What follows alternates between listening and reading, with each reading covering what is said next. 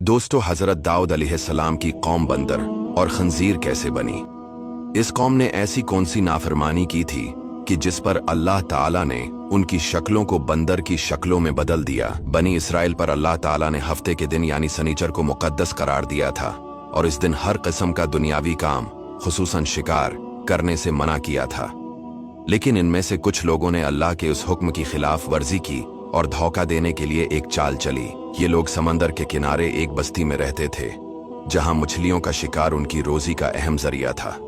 अल्लाह ताला ने उनका इम्तिहान लेने के लिए ऐसा किया कि हफ्ते के दिन मछलियां कसरत से पानी की सतह पर आ जाते हैं, लेकिन बाकी दिनों में वो कम दिखाई देते हैं। ये देखकर बनी इसराइल के कुछ नाफरमान लोगों ने एक चालाकी अख्तियार की।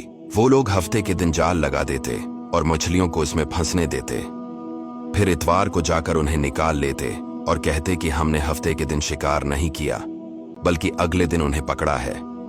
ये एक वाज़ेह धोखा और अल्लाह के हुक्म की खिलाफ वर्जी थी। जब इन लोगों ने मुसलसल नाफरमानी की तो अल्लाह ताला ने उन पर सख्त अजाब नाजिल किया।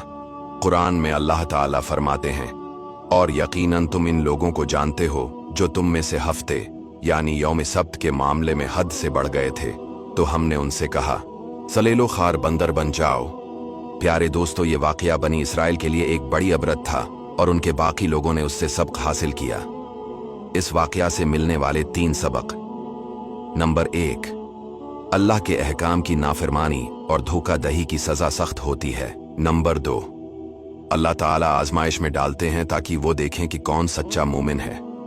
नंबर 3, बुराई से रोकने वालों को अल्लाह नजात देता है, लेकिन नाफरमानों पर सख्त अजाब आता है। ये वाकया हमें खबरदार करता है कि अल्लाह के अहकाम में चालाकी और हीलाबाजी ना करें, क्योंकि अल्लाह के सामने सब कुछ जाहिर है।